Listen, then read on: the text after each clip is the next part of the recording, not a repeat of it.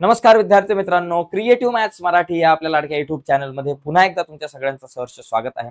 आज आपण चर्चा करतोय इयत्ता 9वी गणित भाग 1 वर आणि 1 चं दुसरं प्रकरण ज्याचं नाव आहे वास्तव संख्या। आणि वास्तव संख्या या प्रकरणातला सराव संच 2.4 आपण बघणार आहोत।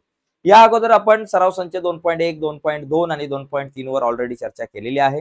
त्याचबरोबर गणित भाग 1 चं पहिलं प्रकरण संच याचे सगळे सराव संच आणि संकीर्ण प्रश्न संग्रह 1 सुद्धा बघितलेला आहे। तर या अगोदरच्या या सगळ्या व्हिडिओज तुम्ही नसतील बघितल्या, त्याचबरोबर गणित भाग 2 चं पहिलं प्रकरण सुद्धा आपलं झालेलं आहे। तर या सगळ्या व्हिडिओज तुम्ही नसल बघितल्या तर या व्हिडिओच्या खाली डिस्क्रिप्शन मध्ये या सगळ्या व्हिडिओजची लिंक मी तुमच्यासोबत शेअर केलेली आहे। तर आज बघूया सराव संच 2.4। पण पुढे जाण्याच्या अगोदर एक छोटीशी रिक्वेस्ट आहे, नवीन असाल मित्रांनो आपल्या चॅनलवर, अजूनपर्यंत आपला चॅनल सबस्क्राइब नसेल केला तर आत्ताच आपला चॅनल सबस्क्राइब करा आणि त्या बाजूला असलेलं बेलचं बटन दाबायला विसरू नका। तर जाऊयात पुढे। तर बघा या ठिकाणी 2.4 खूप सोपा आहे। पहिला जो प्रश्न ज्याच्यात आपल्याला गुणाकार करायचा आहे, बघा इथे 3 गणित दिलेत गुणाकार करायला, एकदम सिंपल आहे।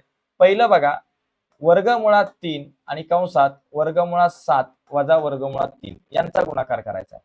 म्हणजे वर्गमुळात 3 ने कंसातल्या वर्गमुळात 7 आणि वजा वर्गमुळात 3 या दोघांना गुणायचं आहे।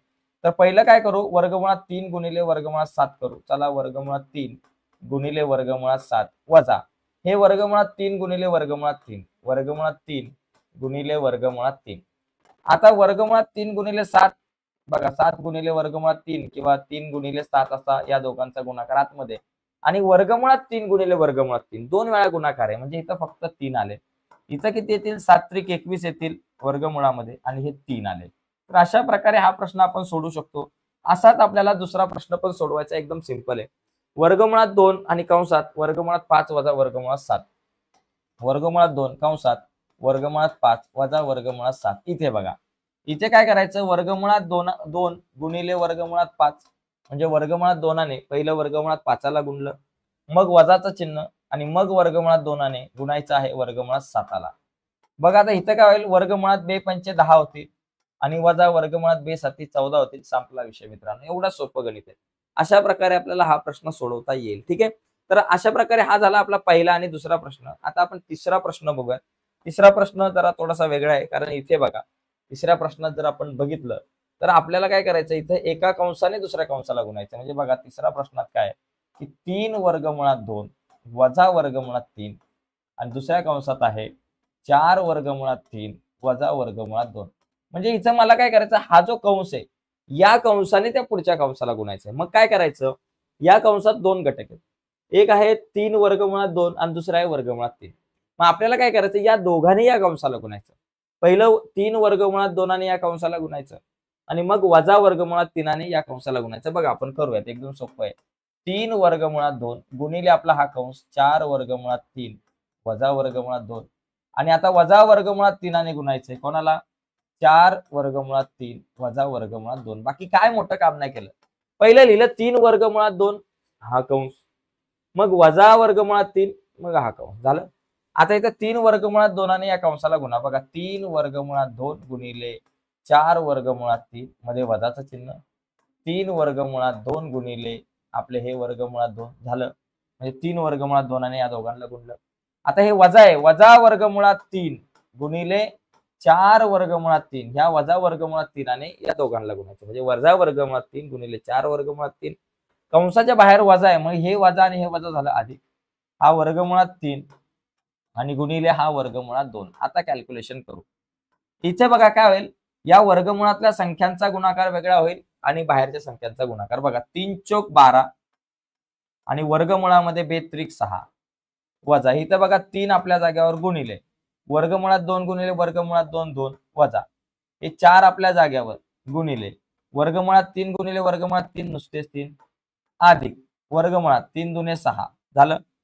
आता बघा हे 12 वर्गमुळात 6 बाबा आपल्या जागेवर इथं लिहू, त्याच्या शेजारी हे वर्गमुळात 6 लिहू, अधिक वर्गमुळात 6 लिहू आणि हे वजा 3 दुने 6 आणि वजा 4 त्रिक 12 बरोबर।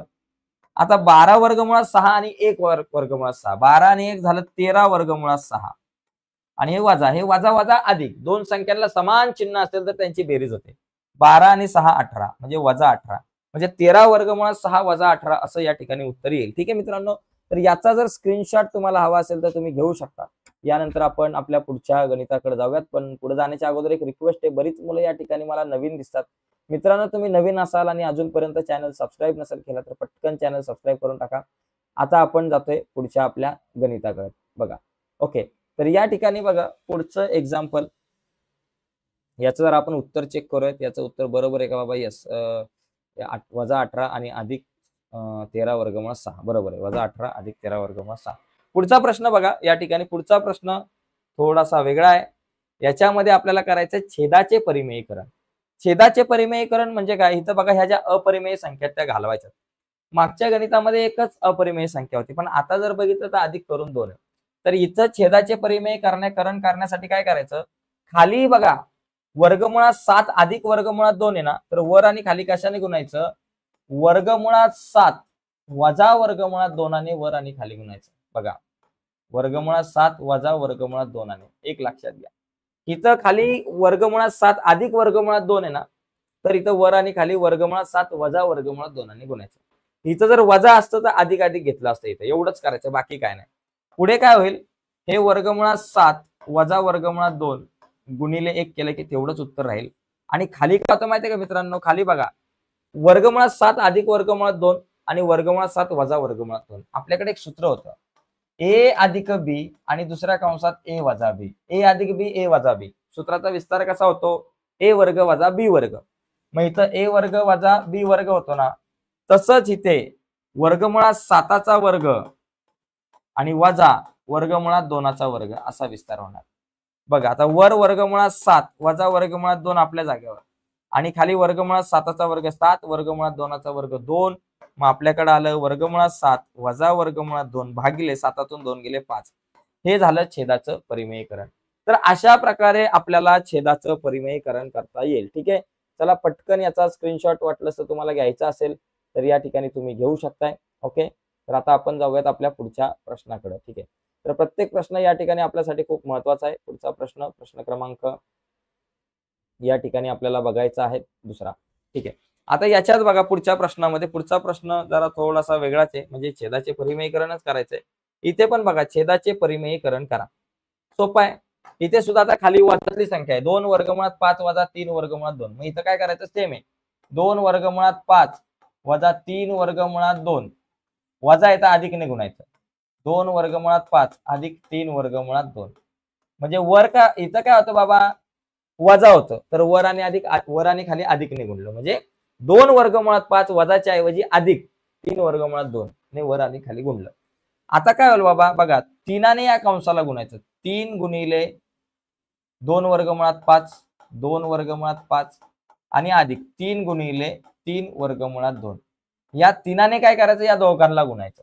3 गुणिले 2 वर्गमुळात 5 अधिक 3 गुणिले 3 वर्गमुळात 2. आता इथे बघा, 2 वर्गमुळात 5 वजा 3 वर्गमुळात 2 आणि 2 वर्गमुळात 5 अधिक 3 वर्गमुळात 2.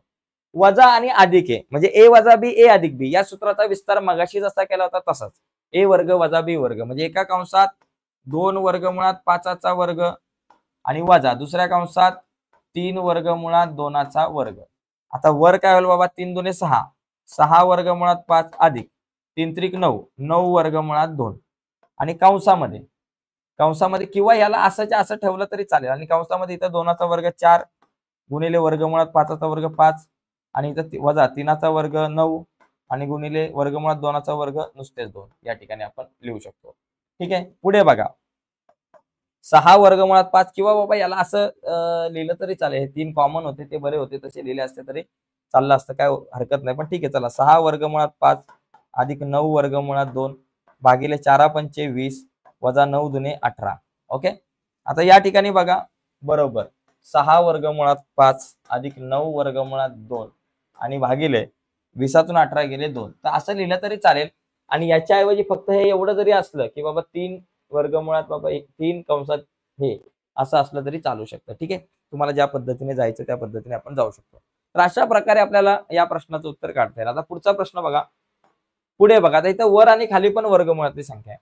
आता खाली 5 अधिक वर्गमुळात 3 आहे ना, तर आपल्याला वर आणि खाली काय करायचंय? वर्गमुळात 5 वजा वर्गमुळात 3 आणि भागिले वर्गमुळात 5 अधिक वर्गमुळात 3. वर आणि खाली कशाने गुणलं? वजाने गुणायचं इथे. वजा वर्गमुळात 3. इथं खाली वर्गमुळात 5 अधिक वर्गमुळात 3 होतं, म्हणून वर आणि खाली वर्गमुळात 5 वजा वर्गमुळात 3 ने गुणलं, अधिक आहे म्हणून वजा. आता बघा इथं या दोघांचा गुणाकार करायचा, या दोघांचा वर्गमुळात 5 वजा वर्गमुळात 3 आणि वर्गमुळात 5 वजा वर्गमुळात 3 दोघांचा गुणाकार, म्हणजे इथं वर्ग होतोय. ऍक्च्युअली ते सूत्र वापरलं तरी चालेल, पण आपण गुणाकार करू व्यवस्थित. बघा पहिलं वर्गमुळात 5 ने, या वर्गमुळात 5 ने गुणायचं, वर्गमुळात 5 वजा वर्गमुळात 3 आला, आणि नंतर या वजा वर्गमुळात 3 ने आपण गुणू, वर्गमुळात 5 वजा वर्गमुळात 3 आला, वरचा गुणाकार झाला. आता खाली बघा ए अधिक बी ए वजा बी, इथं ए वर्ग वजा बी वर्ग, म्हणजे काय करायचं, वर्गमुळात 5चा वर्ग वजा वर्गमुळात 3चा वर्ग. आता हिचं काय कॅल्क्युलेशन होईल, वर्गमुळात 5 गुणिले वर्गमुळात 5, बघा वर्गमुळात 5 गुणिले वर्गमुळात 5 वजा वर्गमुळात 5 गुणिले वर्गमुळात 3, वर्गमुळात 5 गुणिले वर्गमुळात 3. आता इथं वजा वर्गमुळात 3 गुणिले वर्गमुळात 5, आणि हे वजा आणि हे वजा अधिक वर्गमुळात 3 गुणिले वर्गमुळात 3, वर्गमुळात 3 गुणिले वर्गमुळात 3, आणि खाली काय होईल, ए वर्ग वजा बी वर्ग आहे, वर्गमुळात 5चा वर्ग 5 वर्गमुळात 3चा वर्ग 3. आता इथं बघा वर्गमुळात 5 गुणिले वर्गमुळात 5 5, हे वजा वजा वर्गमुळात 5 त्रिक 15, आणि हे पण वर्गमुळात वजा 5 त्रिक 15, बरोबर गुणाकार आला 5 त्रिक 15 5 त्रिक 15, आणि वर्गमुळात 3 गुणिले वर्गमुळात 3 फक्त 3, खाली काय आले 5तून 3 गेले 2. आता इकडे बघा काय येईल, हे 5 आणि हे 3 किती झाले 8, बरोबर 8, आणि हे वजा वजा अधिक झालं, वर्गमुळात 15 वर्गमुळात 15 2 वेळा आहे, म्हणून वजा 2 वर्गमुळात 15, आणि भागिले आपले खाली 2. या दोघांमधून काय कॉमन निघल, 2 कॉमन निघल, कारण 8 आणि 2 दोन्ही सुद्धा 2च्या पाड्यात येतात. 2 कॉमन काढले कंसात, 2 चौक 8 वजा 2 बाहेर आले, फक्त राहिले वर्गमुळात 15 भागिले 2, 2 2 गेले, काय राहिले 4 वजा वर्गमुळात 15. तर अशा प्रकारे छेदाचे परिमेयकरण, म्हणजे छेदाला जो तुमचा एकच राहिला, काहीच नाही राहिलं म्हणजे एकच राहिला. अशा प्रकारे आपल्याला हा जो प्रश्न आहे, या प्रश्नाचं उत्तर आपण काढू शकतो. ठीक आहे, आता यानंतर मित्रांनो आपण पुढचा जो प्रश्न आहे तो आपण बघू. पुढचा प्रश्न आपल्याकडे ऍक्च्युअली नाहीये, आपल्याकडे एवढेच प्रश्न होते. तर आजच्या चर्चेमध्ये आपण इथेच थांबूयात. आज आपण हा सराव संच बघितलेला आहे, सराव संच 2.4. पुढच्या व्हिडिओमध्ये आपण सराव संच 2.5 वरती चर्चा करूयात. ओके, तर 2.5 वर चर्चा करण्याच्या अगोदर तुम्ही जर चॅनल सबस्क्राईब नसेल केला मित्रांनो अजूनपर्यंत, तर चॅनल सबस्क्राईब करा, जेणेकरून 2.5 ची जी व्हिडिओ आहे ती तुमच्यापर्यंत पोहोचेल, त्या व्हिडिओची नोटिफिकेशन तुमच्यापर्यंत पोहोचेल. तर आजच्या व्हिडिओमध्ये किंवा आजच्या चर्चेत इथेच थांबूयात. व्हिडिओ आवडले असेल तर नक्कीच व्हिडिओला लाईक करा आणि आपल्या मित्रांना मैत्रिणींना शेअर करायला विसरू नका. धन्यवाद.